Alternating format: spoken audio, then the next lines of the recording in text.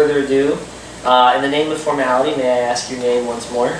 Corey Michael Brown. And where are you from? San Diego, California. What college did you go to, Corey? I got my bachelor's degree in history from UCSB in Santa Barbara, and I got a teaching credential in social studies from San Diego State University. And how long were you in Korea?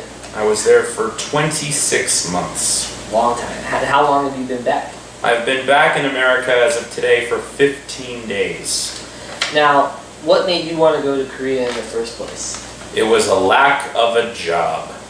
Yeah. That's an easy answer. Was there anything else in particular that drew you to Korea? Well, I mean, my whole life I've been an educator. Definitely done a lot of tutoring, a lot of substitute teaching, and worked at summer camps. And specifically, I was drawn to Korea because when I was in college, I took a class about the Korean War. And I just thought it was a really interesting place. I don't know, I had a attraction to Asian women. I also really enjoy video games, and they do have a big video game culture there. And naturally, I was drawn to South Korea. So that's the answer. Right on. And tell us a little bit about the good things about Korea. What stood with you about Korea? Stuck with you. Well, I'll say that in my time in Korea, it was the first time in my life where I ever had a real kind of full-time job. My whole life, I'd always done various part-time jobs in the world of education, and I really wanted my own classroom. I wanted to teach. I wanted that experience. And I was so frustrated with the way things were going in California that I knew that if I was hired to be a public teacher, my head would be the first one on the chopping block with budget cuts. So I thought, I'm going to Korea and I'm going to take control of my own classroom. And that's exactly what I did. And I loved having that full control, seeing the same kids every weekday. And eventually, I really did enjoy working there. But then parts about Korean culture, I really enjoyed jjimjilbangs. I really enjoy a lot of the cultural food, tteokbokki, the street vendor food is all great. The public transportation is fantastic. Can't beat that anywhere else in the world. I really thought that Korea, in my first few months, I was a little bit overwhelmed with kind of the new culture, the new language. But I would say maybe 3 months in, I definitely became very comfortable and confident with that country. And, I've only been back in America for 2 weeks, and I'm kind of having reverse culture shock. I just think it's so weird how, I have to drive everywhere. Like, I want to get on a subway, I want to get on a bus. Also, food is kind of a little bit more expensive here, especially just I want to go home and just pick up something to eat, but it's not as easy as it is in South Korea. So, yeah. So, inevitably, when you're going abroad to another country, some things are going to be a little more difficult than you imagined. What were some of the difficulties in Korea? Well, there were times when the language barrier came up. Not as often as you would expect in a foreign country. I mean, English is the official second language of South Korea.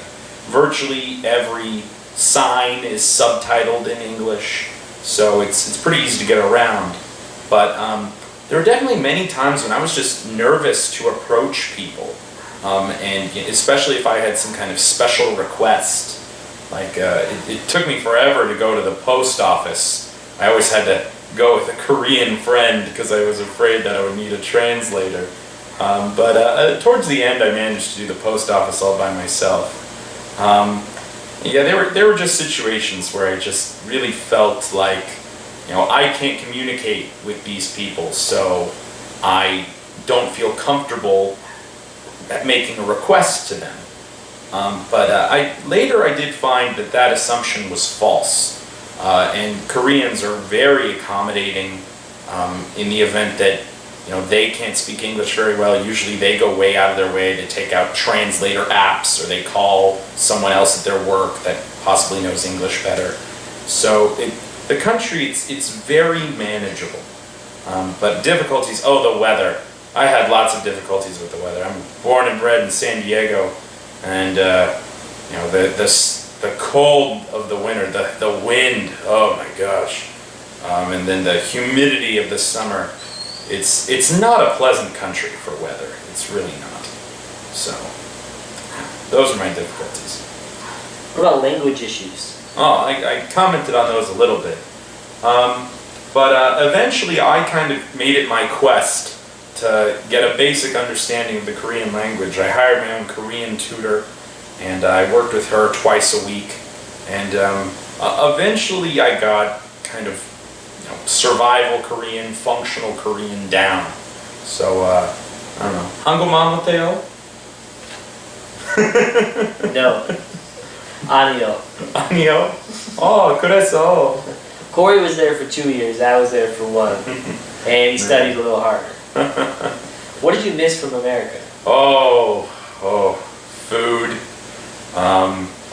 What else did I? Well, I mean, of course I miss my friends and family. A couple of my friends pledged that they would come and visit me in Korea, but they never did. You know who you are. My family did come and visit me, so that was cool. I specifically missed some kinds of candies. Reese's peanut butter cups, impossible to find over there. What else? Pink lemonade, can't get that in South Korea. Yeah. Oh man, I'm so happy I have pink lemonade again in my life. Root beer, also impossible to find over there.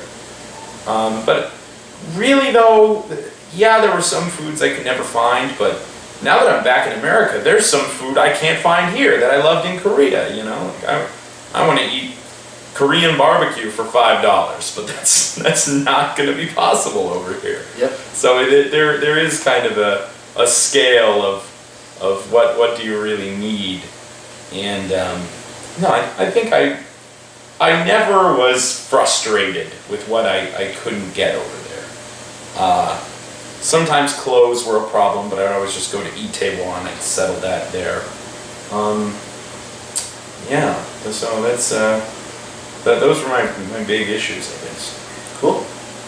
And we went over a little bit what you couldn't buy in Korea, things that were unavailable there, but you said you may do. What advice would you give to a newbie in Korea, someone who just thinking about going there, someone who just got there? What kind of advice should they have? I think being an English teacher is not terribly difficult. I think people have to realize that in Asian cultures, especially South Korea, they put a huge emphasis on your appearance and your style and kind of how you carry yourself. I've seen people get ultimately fired from their positions as an English teacher for reasons that in America I would find is insulting. It's like, what, this person didn't groom themselves and they're fired? But sometimes that does happen in South Korea. You have to put a high level of effort into your appearance every day. It's a really serious country. It's not a place where people are dancing in the street and having fun parties all the time. A lot of people just have kind of a stone face, and they're marching to work and marching home, and everyone, like women are all wearing high heels and men are all wearing business suits with ties, and it's a serious place, and I really got to say that serious people need to go there. And what kind of personality trait does it take to do well in Korea? What are some of the things about someone's personality that would be beneficial, and what personalities may not do so well there? Really just everything that involves having a very serious business personality. You got to have a very strong work ethic. You can't be a person who's constantly being sick and who's making excuses. You've got to be just really committed to your job. Some people have thrown the word indentured servant. I wouldn't describe it as that. It's just, you're going to be working maybe 40 hours a week. Sometimes, they'll have overtime clauses in your contract and they'll expect you to fulfill those. So you could be working more than 40 hours a week. And I've heard plenty of people complain about it, but you know what? It's a part of their culture. And usually you're never working more than the Korean staff at your school. Usually they're working Saturdays, sometimes Sundays. So it's the culture they have over there. And getting paid less sometimes. Yeah, oh yeah, they usually make a lot less than what the foreign staff make. Right. And I think too we should mention cost of living Oh yeah, is lower there. So what you take home, generally you can keep more of. definitely. And something I want to add to personality traits is you gotta be punctual. In fact, my former place of employment had a rule that you had to be early. You had to be 20 minutes early every day for your class. And if you came into the room 19 minutes and 59 seconds before your class started, you would get 1 strike. 3 strikes and they would kick you back to America.